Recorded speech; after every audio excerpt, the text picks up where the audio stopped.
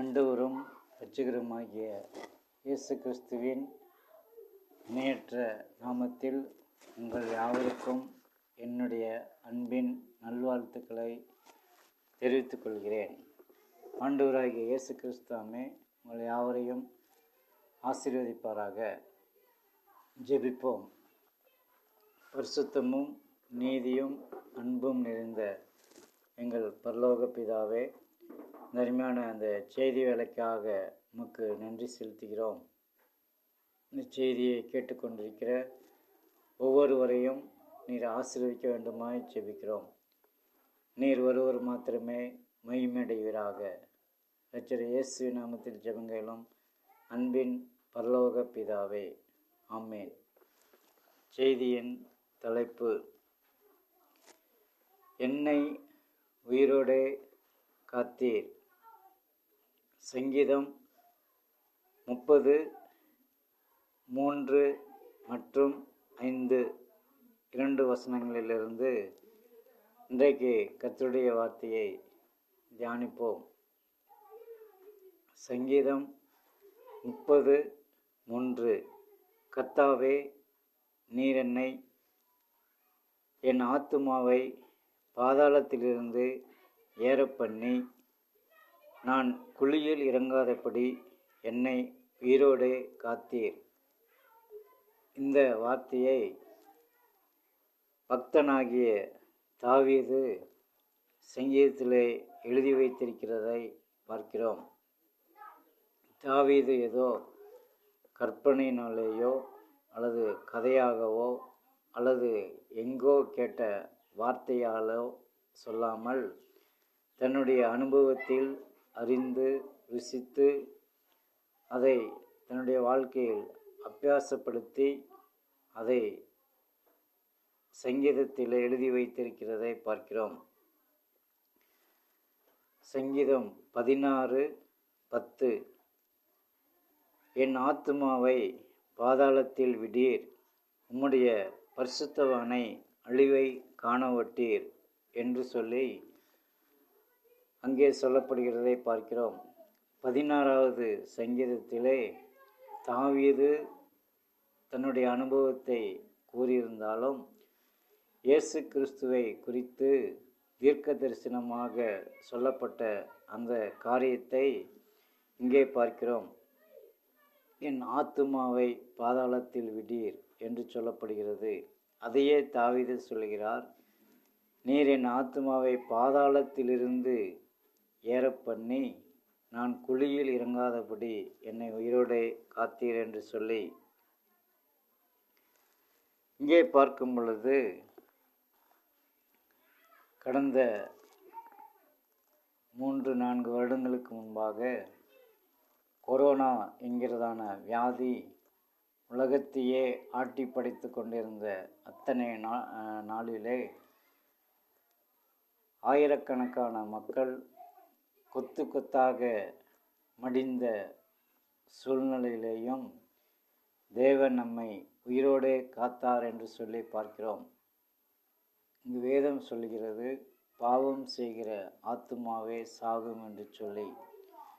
அதே வேளையில் பாவம் செய்த ஆத்துமாவை காக்கிறது மட்டுமல்லாமல் மரணத்திற்கும் பாதாளத்திற்கும் நரகத்திற்கும் தேவன் நம்மை கடந்த நாட்களிலே உயிரோடே காத்தார் என்று சொல்லி நாம் வேதத்திலே பார்க்கிறோம். சங்கீதம் 56:13 அங்கே சொல்லும்போது, நான் தேவனுக்கு முன்பாக ஜீவனுள்ளோருடைய வெளிச்சத்திலே நடக்கும்படி நீர் என் ஆத்துமாவை மரணத்துக்கும் என் கால்களை இடறுதலுக்கும் தப்புவியாதிருப்பீரோ என்று சொல்லப்படுகிறது. அதனுடைய அர்த்தம் என்ன? நாம் தேவனுக்கு முன்பாக ஜீவனுள்ளோருடைய வெளிச்சத்திலே நடக்கும்படி அவர் என் ஆத்துமாவை மரணத்துக்கும் என் கால்களை இடர்களுக்கும் தப்புவியாதிருப்பீரோ என்று தாவீது ஒரு கேள்வியோடே கூட அங்கு ஆரம்பிக்கிறதை பார்க்கிறோம். அதனுடைய அர்த்தம் என்ன? நாம் ஜீவனுள்ளோருடைய வெளிச்சத்தில் நடக்கும்படிக்கு நம்முடைய ஆத்துமாவை மரணத்துக்கும் நம்முடைய கால்களை இடுதலுக்கும் தப்புவிப்பார் என்று ஆணித்தரமாக, நிச்சயமாக, உறுதியாக, நம்பிக்கையோடு அவர் சொல்கிறதை பார்க்கிறோம். ஆகையால் தான் வேறொரு சங்கீதத்திலே அவர் என் கண்ணை கண்ணீருக்கும் என் கால்களை இடுதலுக்கும் என்னுடைய ஆத்துமாவை மரணத்திற்கும் தப்புவித்தார் என்று சொல்லப்படுகிறது. கடந்த நாட்களிலே தேவன் நம்மை கண்ணீருக்கும் நம் கால்களை இடுதலுக்கும் நம்முடைய ஆத்துமாவை மரணத்திற்கும் தப்புவித்தபடினாலே நாம் இன்றைக்கும் ஜீவனோடு உயிரோடு நாம் இருக்கிறோம். இன்னொரு வேத வசனம் சொல்லுகிறது, உம்முடைய வெளிச்சத்திலே வெளிச்சம் காண்கிறோம் என்று சொல்லி. ஆண்டவருடைய வெளிச்சம் வேதவசனம் சொல்லுகிறது, உம்முடைய வேதம் என் கால்களுக்கு தீபமும் என் பாதைக்கு வெளிச்சமாயிருக்கிறது என்று சொல்லப்படுகிறது. அவர் வேதம் என்கிற வெளிச்சத்தையும் அவர் வேதம் என்கிற வெளிச்சத்தை நமக்கு தந்து அவருடைய பரிசுத்த ஆவியானவருடைய துணையை கொண்டு வெளிச்சத்திலே நடக்கும்படி தேவன் நம்மை வழிநடத்துகிறார் என்று வேதம் சொல்கிறது. சங்கீதம் 86:13 நீர் எனக்கு பாராட்டின கிருபை பெரியது, என் ஆத்துமாவை தாழ்ந்த பாதாளத்திற்கு தப்புவித்தீர் என்று அங்கே சொல்லப்படுகிறது. அப்போஸ்தலனாகிய பவுலும் ஒரு இடத்திலே சொல்லும் பொழுது, எபேசியர் நிருபத்திலே சொல்லும் பொழுது, அவருடைய வரமாகிய கிருபையை எனக்கு தந்தார் என்று சொல்லப்படுகிறது.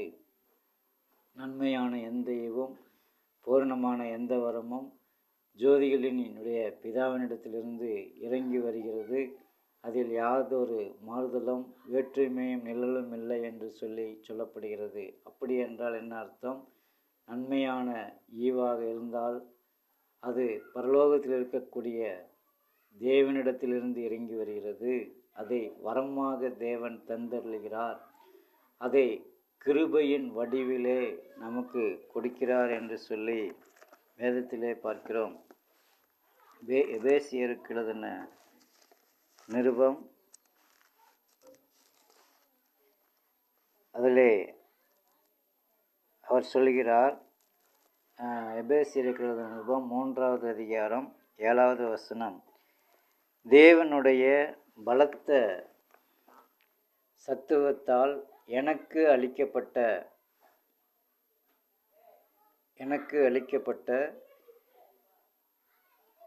வரமாகிய அவருடைய கிருபையினாலே இந்த சுவிசேஷத்திற்கு ஊழியக்காரனானேன் என்று சொல்கிறார். அதனுடைய அர்த்தம் என்ன? அவருடைய பலத்த சத்துவத்தால் பலத்தால் எனக்கு அளிக்கப்பட்ட வரமாகிய அவருடைய கிருபையினாலே. இங்கு சொல்லும் பொழுது வரமாகிய கிருபை, ஈவாகிய கிருபை, நன்மையாகிய கிருபை என்று சொல்லி அங்கு சொல்லப்படுகிறது. ஆண்டவராகிய இயேசு கிறிஸ்துவும் உயிரோடு வாழ்ந்த நாட்களிலே அவர் நன்மை செய்கிறவராய் சுற்றி திரிந்தார். அவனுடைய அர்த்தம் என்ன? அவர் கிருபையை நமக்கு காண்பிக்கிறவராய் சுற்றி திரிந்தார் என்று சொல்லி வேதத்திலே பார்க்கிறோம். அப்படியாக இங்கு தாவீது சொல்லும்போது, நீர் எனக்கு பாராட்டின கிருபை பெரியது. ஒன்று, அவர் நம்மை மரணத்துக்கு தப்புவித்தார். 2, பாதாளத்திற்கு தப்புவித்தார். 3வது, ஆத்துமாவை நமக்கு அழிவின் குழிக்கு தப்புவித்தார். ஆகையால் அவர் நமக்கு பாராட்டின கிருபை பெரியது என்று சொல்லி அங்கே சொல்லப்படுகிறது. ஏசாயா தீர்க்கதரிசன புத்தகம் 38வது அதிகாரம் 17வது வசனம் அங்கே சொல்லப்படுகிறது, தேவரீரோ என் ஆத்துமாவை நேசித்து அழிவின் குழிக்கு விலக்கினீர், என் பாவங்களை எல்லாம் முதுகுக்கு பின்னாக இருந்துவிட்டீர். அதனுடைய அர்த்தம் என்ன? நம்முடைய கண்களை எதற்காக கண்ணீருக்கு நீங்களாக்கினார்? நம்முடைய கால்களை எதற்காக இடர்களுக்கு தப்புவித்தார்? நம்முடைய ஆத்துமாவை எதற்காக மரணத்துக்கு தப்புவித்தார் என்றால், முதலாவது ஆண்டவராகிய இயேசு கிறிஸ்து நம்மை நேசிக்கிறார். ஆகையால் தான் எரேமியாவின் புஸ்தகத்திலே சொல்லும் பொழுது, அனாதி சிநேகத்தால் உன்னை சிநேகித்தேன், நித்திய கிருபையினாலே உனக்கு இறங்கினேன் என்று சொல்லி அங்கே சொல்லப்படுகிறது. அதே வேளையில் நேசம் என்னும் ஜமக்காலத்தால் நம்மை போர்த்தி பாவம் என்கிற அடிமைத்தனத்திலிருந்து, வியாதி என்கிற அடிமைத்தனத்திலிருந்து, நோய் என்கிற அடிமைத்தனத்திலிருந்து விளக்கும்படிக்கு அவருடைய நேசத்தை காண்பித்தார். ஆகையால் தான் அழிவின் குழிக்கு விளக்கினீர், என் பாவங்களையெல்லாம் முதுகுக்கு பின்னாக இருந்து விட்டீர். இன்னொரு வேதவசனத்தில் சொல்கிறது, அவர் கிழக்குக்கும் மேற்கிற்கும் எவ்வளவு தூரமோ அவ்வளவாய் நம்முடைய பாவங்களை நம்மை விட்டு அகற்றினார் என்று சொல்லப்படுகிறது. அதே வேளையில் உன் பாவங்களை எல்லாம் மன்னித்தேன், உன் அக்கிரமங்களை எல்லாம் நீக்கினேன், உன் நோய்களை எல்லாம் குணமாக்கினேன் என்று சொல்லப்படுகிறது. அவருடைய தழும்புகளால் குணமானீர்கள், அவர் தமது வசனத்தை அனுப்பி அவர்களை குணமாக்குகிறார் என்று சொல்லப்படுகிறது. ஆகையால் உம்முடைய சத்தியம், வசனமே சத்தியம், சத்தியத்தினாலே அவர்களை பரிசுத்தமாக்கினீர் என்று சொல்லப்படுகிறது. உம்முடைய வசனத்தினால் என்னை உயிர்ப்பியும் என்று சொல்லப்படுகிறது. அவருடைய வசனத்தினாலே நம்மை உயிர்ப்பித்து நம்மை இம்மட்டும் காத்து வழிநடத்தி வருகிறார். யோனா தீர்க்கதரிசன புஸ்தகம் 2வது அதிகாரம் 6வது வசனம், என் தேவனாகிய கர்த்தாவே, நீர் என் பிராணனை அழிவுக்கு தப்புவித்தீர் என்று சொல்லி அங்கு யோனா சொல்கிறார். யோனா கீழ்ப்படியாமல் கடந்து சென்றார். அவனையும் மன்னித்து அவனையும் அவனுடைய பிராணனையும் அழிவுக்கு தப்புவித்தார் என்று சொல்லப்படுகிறது. தானியேல் தீர்க்கதரிசன புஸ்தகம் 6வது அதிகாரம் 22 முதல் 24 உள்ள வசனங்களிலே பார்க்கும் பொழுது அங்கு தானியேல் சொல்கிறார், அவர் சிங்கத்தின் வாயை கட்டி போட்டார் என்று சொல்லி. இங்கு அப்போஸ்தலனாகிய பேதுரு சொல்கிறார், தெளிந்த புத்தி உள்ளவர்களாயிருங்கள், விழித்திருங்கள், ஏனெனில் உங்கள் எதிராளியாகிய பிசாசானவன் எவனை விழுங்கலாமோ என்று கிர்ச்சிக்கிற சிங்கத்தை போல் அலைந்து திரிகிறான் என்று சொல்கிறார். அதே போல தானியேலை சிங்கத்தின் வாய்க்கு சரீரத்தின் மூலம் காப்பாற்றினார். ஆனால் நம்மை பரம தேவன், பிதாவாகிய தேவன் நம்மை ஆவிக்குரிய பிசாசாகிய சிங்கத்தின் வாய்க்கு தப்புவித்தார். அதையே அப்போஸ்தலனாகிய பவுல் கூறுகிறார், அவர் சிங்கத்தின் வாய்க்கு அவர் தப்புவித்தார், இப்பொழுது தப்புவிக்கிறார், இனியும் தப்புவிப்பார் என்று அங்கு சொல்லப்படுகிறதை பார்க்கிறோம். அதே போல பிசாசனம் எந்த ரூபத்திலேயும் கெர்ச்சிக்கிற சிங்கம் போல வந்தாலும் ஆவியானவர் தாமே கொடியேற்றுவார் என்று சொல்லி வேதத்திலே பார்க்கிறோம். சங்கீதம் 30:5 பார்க்கும் பொழுது,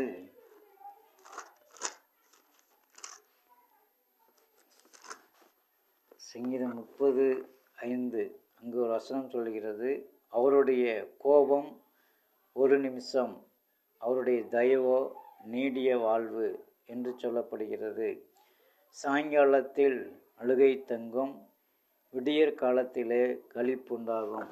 தேவன் ஏசாயா தீர்க்கதரிசன புஸ்தகத்திலே சொல்கிறார், அற்ப காலம் உண்ட கோபத்தினாலே இமைப்பொழுது என் முகத்தை மறைத்தேன், ஆனாலும் உருக்கமான இரக்கங்களினால் உன்னை சேர்த்து கொள்வேன் என்று சொல்கிறார். அதே போல ஆண்டவருடைய கோபமோ ஒரு நிமிடம், ஆனால் வாழ்வோ நித்திய வாழ்வு என்று இங்கு குறிப்பிடுகிறதை பார்க்கிறோம். யோபுவின் புஸ்தகம் 14வது அதிகாரம் 13வது வசனத்திலே இவ்விதமாக சொல்லப்படுகிறது, 14:13. நீர் என்னை பாதாளத்தில் ஒளித்து உமது கோபம் தீருமட்டும் என்னை மறைத்து என்னை திரும்ப நினைக்கும்படிக்கு எனக்கு ஒரு காலத்தை குறித்தால் நலமாயிருக்கும் என்று இங்கே யோபு குறிப்பிடுகிறதை பார்க்கிறோம். அதனுடைய அர்த்தம் என்ன? நீர் என்னை பாதாளத்தில் ஒளித்து உமது கோபம் தீரும் மட்டும் என்னை மறைத்து என்னை திரும்ப நினைக்கும்படி ஒரு காலத்தை குறித்தால் நன்றாயிருக்கும் என்று சொல்வதை பார்க்கிறோம். ஆகையால் தான் மோசே என்னிடத்திலே சொல்லும் பொழுது, நான் உனக்கு முன்பாக கடந்து போகும் மட்டும் நீ கன்மலையில் ஒளித்துக்கொள், நான் உன்னை என் கரங்களால் மூடி மறைப்பேன் என்று அவர் சொல்கிறார். அவருடைய அர்த்தம் என்ன? தேவன் அவருடைய கரங்களால் நம்மை மூடி மறைக்கிறார் என்று சொல்லுகிறார். அவருடைய கரங்களினால் நம்மை மூடி பாவத்திற்கும் பிசாசுக்கும் அடிமைத்தனத்திற்கும் வியாதிக்கும் நரகத்திற்கும் கெர்ச்சிக்கிற சிங்கத்திற்கும் மனிதனுடைய நிர்பந்தமான பேச்சுக்களுக்கும் மனிதர்களால் வருகிற உபத்திரவங்களுக்கும் பாடுகளுக்கும் நம்மை மறைத்து காக்கிற தேவனாயிருக்கிறார் என்று சொல்லி அங்கே சொல்லப்படுகிறது. எரேமியா எஸ்ரா தீர்க்கதரிசன புஸ்தகம் 3வது அதிகாரம் 11வது வசனம். எஸ்ரா 3:11.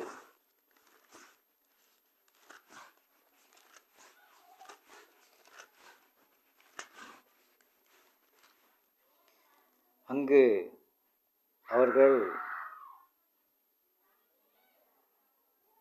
மகா சத்தமிட்டு அழுதார்கள், வேறே அநேகம் பேரோ கம்பீர சத்தமாய் ஆர்ப்பரித்தார்கள் என்று சொல்லப்படுகிறது. அங்கு ஜனங்கள்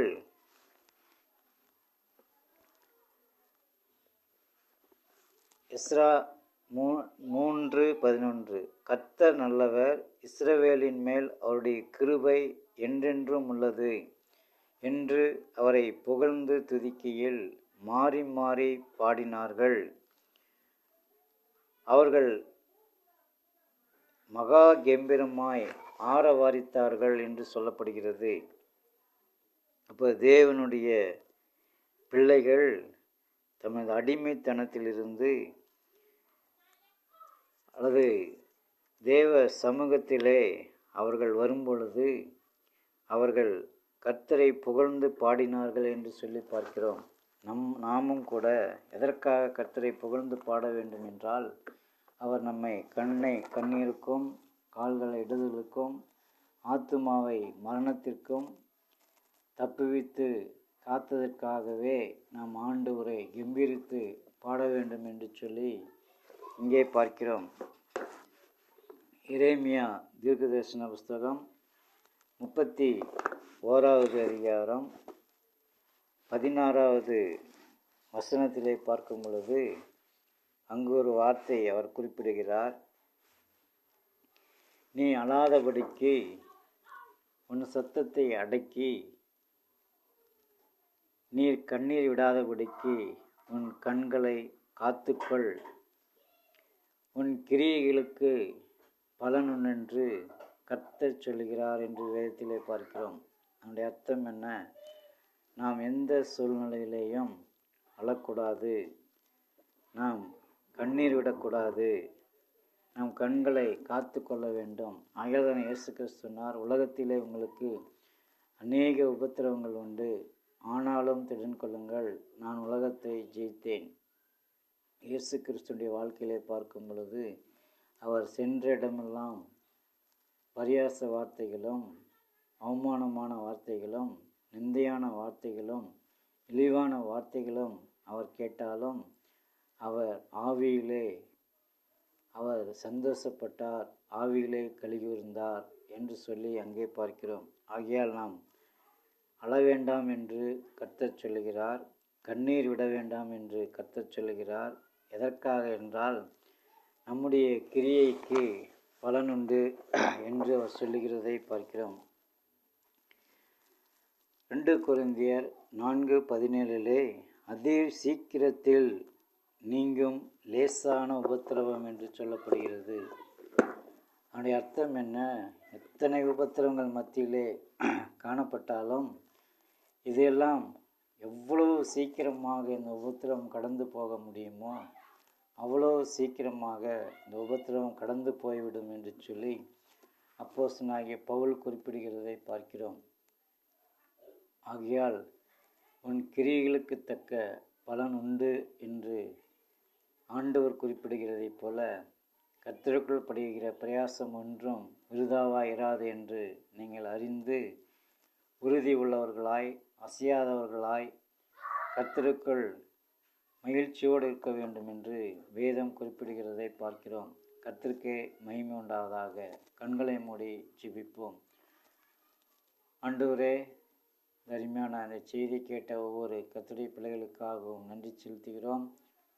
ஆண்டவரே, உன் கிரியைகளுக்கு தக்க பலன் உண்டு என்று வேதத்திலே பார்க்கிற வண்ணமாய் ஆண்டவரே, என்னுடைய ஆத்துமாவை அழிவுக்கு தப்புவித்தீர் என்று தாவீது சொன்ன வண்ணமாய் கடந்த நாட்களிலே என்னுடைய கண்களை கண்ணீருக்கும் கால்களை இடர்களுக்கும் ஆத்துமாவை மரணத்திற்கும் தப்புவித்து இம்மட்டும் ஜீவனோடு வைத்திருக்கிறீர். அதற்காக உமக்கு நன்றி செலுத்துகிறோம். நீர் ஒருவர் மாத்திரமே மகிமை அடைவீராக. கேட்ட ஒவ்வொரு பிள்ளைகளையும் உடைய வசனத்தால் ஆற்றி தேற்றினதற்காக நன்றி செலுத்துகிறோம். இரட்சகர் இயேசுவின் நாமத்தில் ஜெபங்களும் அன்பின் பரலோக பிதாவே. ஆமேன், ஆமேன், ஆமேன்.